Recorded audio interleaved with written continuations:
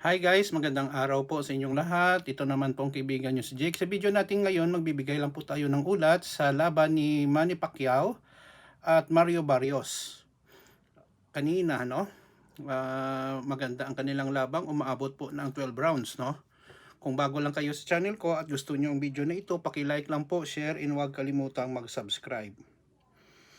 July 19, 2025, Saturday doon sa Amerika at dito sa Pilipinas ay linggo, ay naglaban, no, sa championship match si Manny Pacquiao at si Mario Barrios.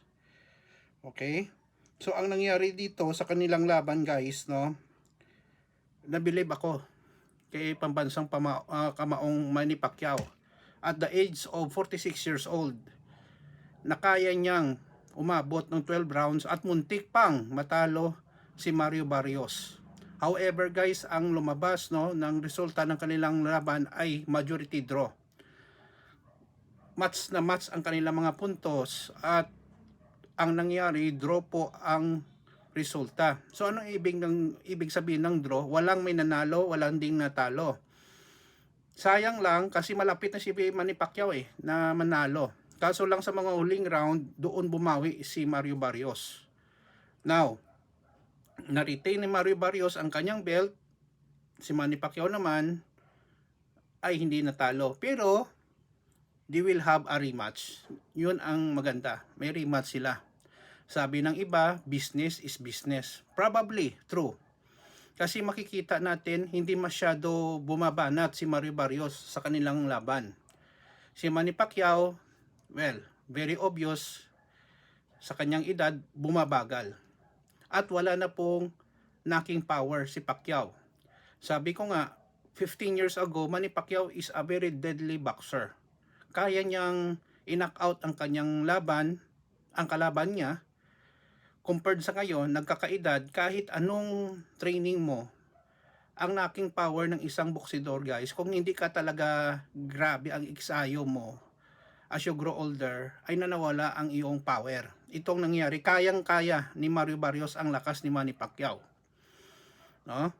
At makikita natin, kahit medyo ano pa si Pacquiao, medyo mabigat pa ng kaunti si Manny Pacquiao, 143.5 yata siya, si Barrios 146, something like that.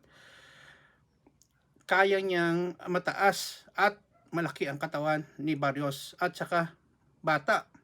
16 years ang kanilang age gap. Siguro medyo nag-aalangan din si Barrios kung paano niyang talunin si Pacquiao. Ano din siya very ano din siya, careful. Baka matsambahan siya at ma-knock out. Yun din ang nakikita ko. Hindi po siya a type of boxer na arangkada lang. Katulad ni Pacquiao, no, nang medyo kabataan niya na arangkada talaga ng arangkada at banat ng banat.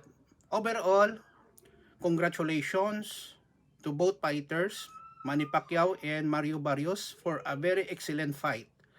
Hindi po lugi ang nanonood kasi binigay nila lahat ang kanilang kaya, no, sa laban. Antayin natin kung anong next move, rematch, or may kakalabanin si Manny Pacquiao na ibang champion sa boxing.